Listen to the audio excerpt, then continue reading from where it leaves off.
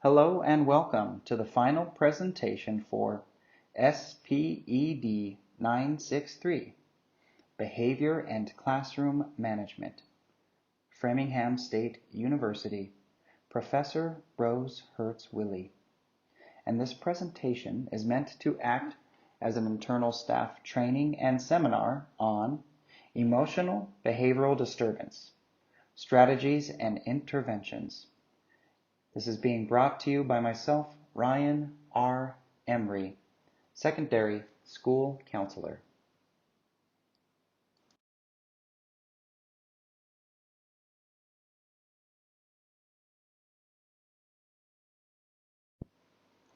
In today's training program, we will cover 6 different modules regarding emotional behavioral disturbance.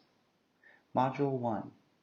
What is emotional behavioral disturbance? Module 2. Why does emotional behavioral disturbance happen and to who? Module 3. When does emotional behavioral disturbance occur, and what are the triggers? Module 4. How is emotional behavioral disturbance expressed or acted out? Module 5. Which strategies and interventions work best? Module 6. Where do we take emotional behavioral disturbance to next?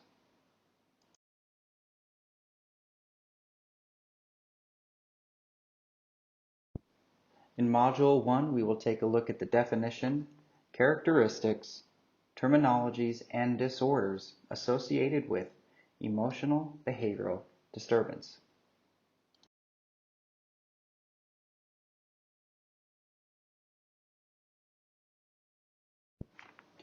The Individuals with Disabilities Act defines emotional behavioral disturbance as a condition exhibiting one or more of the following characteristics over a long period of time and to a marked degree that adversely affects a child's educational performance. The keys here are over a long period of time, as well as that it's going to affect the child's educational performance, and these characteristics will be found on the next slide.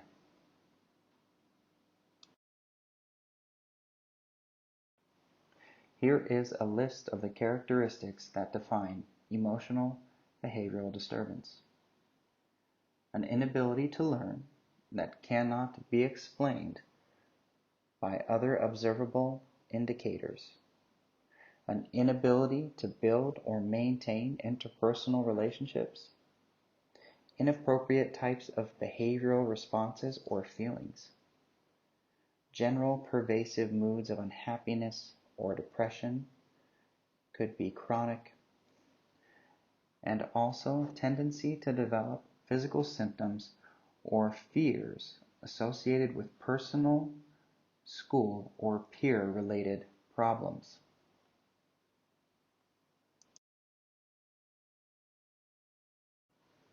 Currently, emotional behavioral disorder or disturbance is being used somewhat like an umbrella term, overarching a wide variety of other disorders. These include but are not limited to anxiety disorders, bipolar disorder, conduct disorder, eating disorders, obsessive-compulsive disorder, and psychosis or psychotic disorders. Other disorders that are not listed but could be included as well: stress-related disorders, disruptive disorders, crisis-related disorders.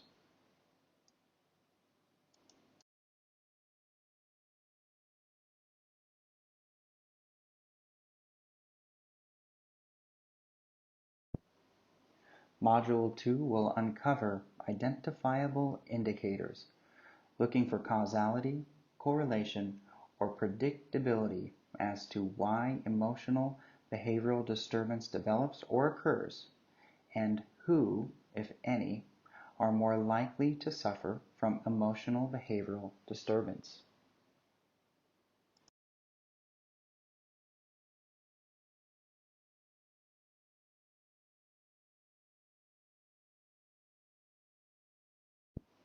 While research has not determined any specific factors in relationship of direct causality to emotional behavioral disturbance, it does suggest possible correlative or linkage in underlying areas related to some biological factors, as well as factors relating to the family and home.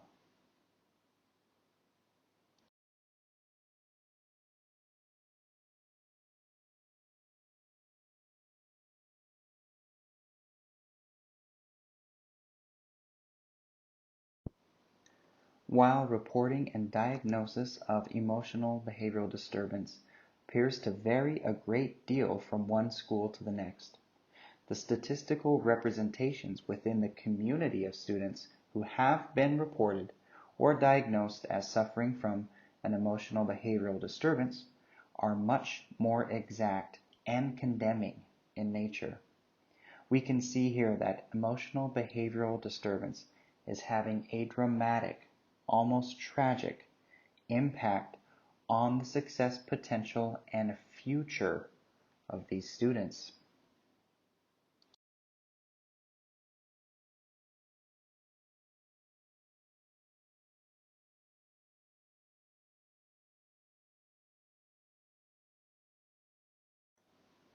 This chart offers up a nice visual representation of the current landscape of emotional behavioral disturbance.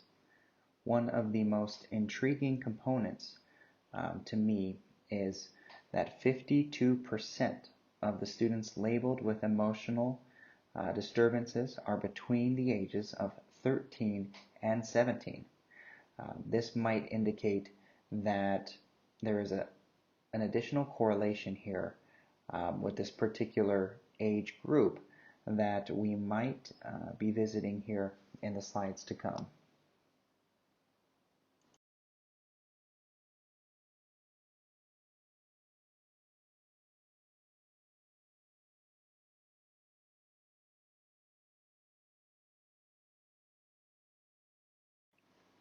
Module 3 will look at some prolific hallmarks in the development, discovery, demonstration, and diagnosis of emotional behavioral disturbance.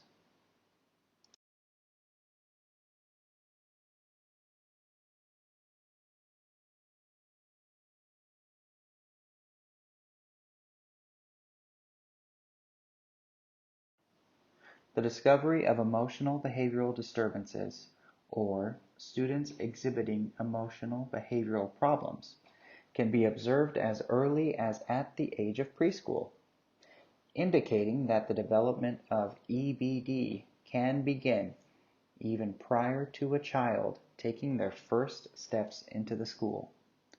Research suggests that emotional behavioral disturbances might be considerably linked to the social, emotional, and neurological development and experience-shaping events that occur during times of rapid physiological and psychological development, known as sensitive periods. These most notable of which are from birth to 3 years of age, later childhood, and of course, the early stages of puberty into adolescence.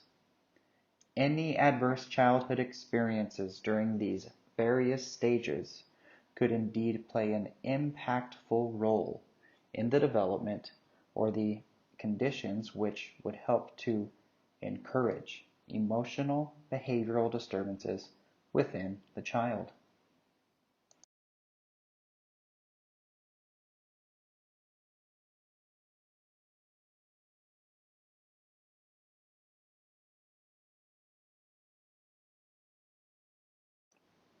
Once a student has been discovered, determined, and diagnosed to be suffering from an emotional behavioral disturbance, a critical component for a teacher is to create a classroom environment that is conducive to helping these students, and all students for that matter, build their social, emotional, and behavioral skills in a positive fashion, many times referred to as least restrictive environments.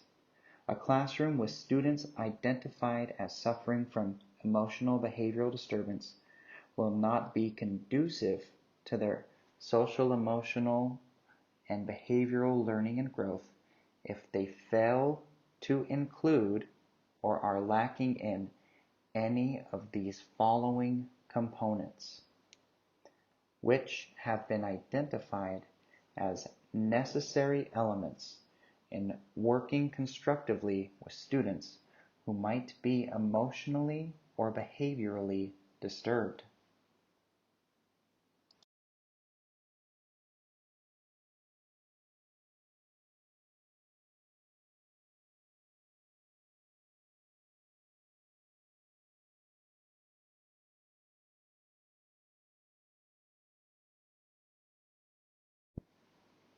Module 4 will examine the observable behaviors and recognizable symptoms commonly associated with people suffering from emotional behavioral disturbances.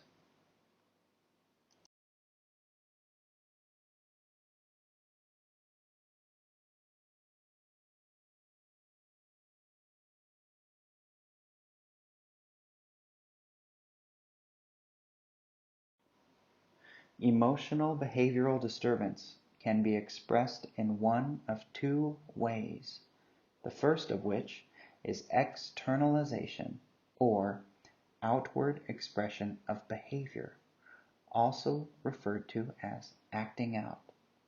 If you're an educator, then there's a good chance that you are familiar with one, if not all, of these exhibited behaviors, and possibly even have a specific student or two coming into your mind as you read through the list.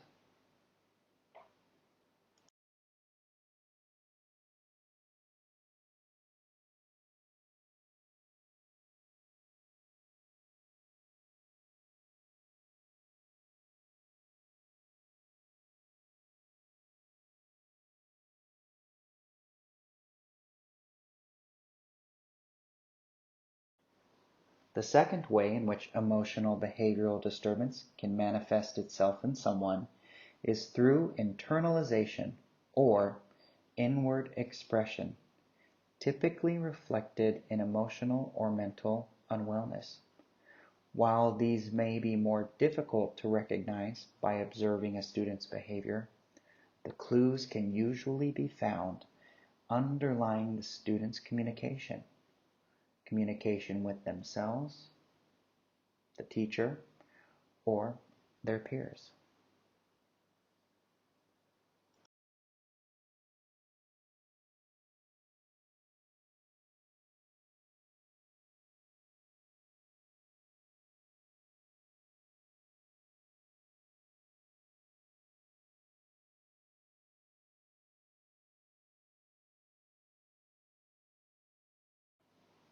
Module 5 will showcase which strategies and interventions have been identified as the most effective in working with students suffering from emotional behavioral disturbances based upon current practices and application.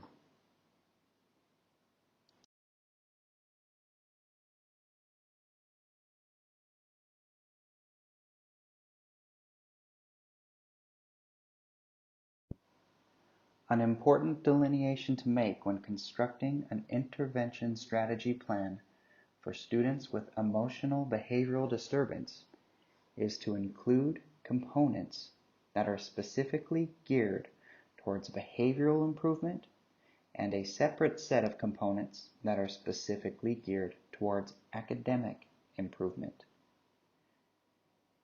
It can be said that in all cases, the worst thing that you can do to a student is to embarrass, shame, or publicly punish them in front of the rest of the class and their peers.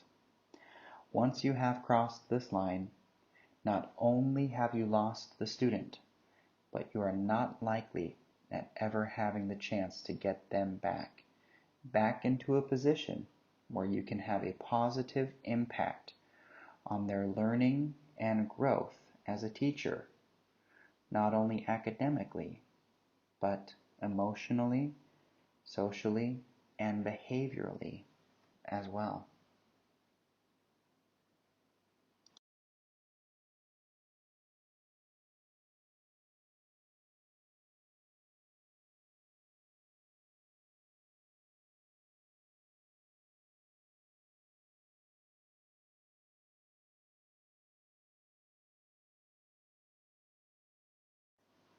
As you can see, there is a stark difference in between behaviorally rooted strategies and interventions and academically rooted strategies and interventions.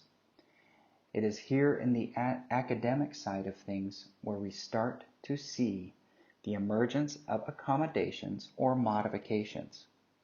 Now, these would be included either in an IEP, Individualized Educational Plan, or a 504 plan.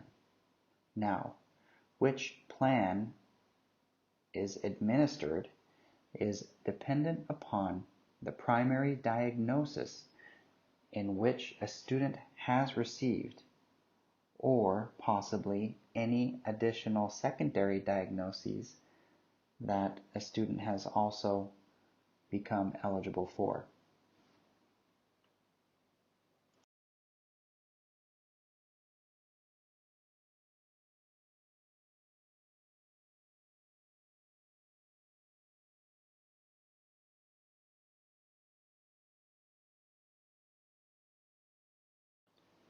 Module 6 brings us to a conclusion on the continued practices, progress, and purpose of properly providing safety, support, and guidance for students suffering from chronic emotional behavioral disturbance. And we do this in order to allow them to explore their highest potentials from here and beyond.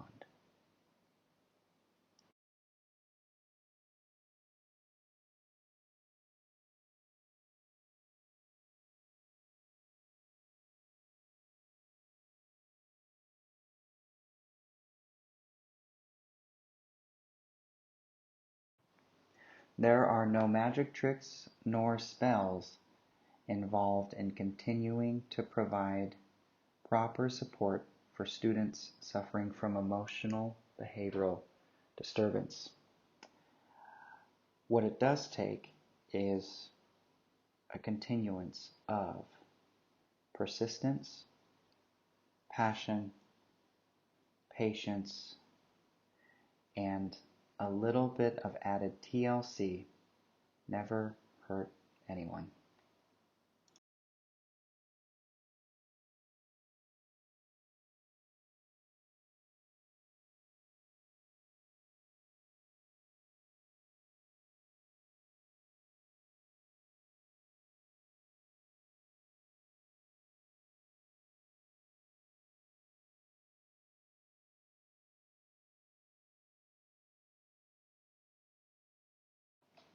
As seen in the picture at the beginning of this module, Module 6, there are considered 4 different functions that a behavior might serve or support. In addition to these 4 functions, I'd like to add my own hack into examining the behaviors of others and our students, more importantly, in a way that's more empathetic, more understanding, more meaningful, and more productive. For me, this comes in the form of something that I like to call the 4 R's of behavior. These are: all behavior is rooted in a deeper experience or emotional affect. All behavior is reproduced or learned. All behavior is reinforced by people, places, and things. And all behavior is rewarded or as the picture says, serving a function or purpose. And lastly, to close out today's training session, I will leave you with this thought. It just might be that as an educator, over the course of an academic year and working with a student, the most important lesson that we teach them might not come in the form of a specific topic, subject, or academically related matter. In fact, it's quite possible and promising that the most valuable lesson that we teach some, many, or even most of our students just might come in the form of an emotional, social, or behavioral lesson, which may leave a lasting imprint on them in such a way that it helps to shape, form, and define the version and vision of themselves in which they unlock, unleash, and become. Thank you for attending today's training and being a part of this final project action plan proposal.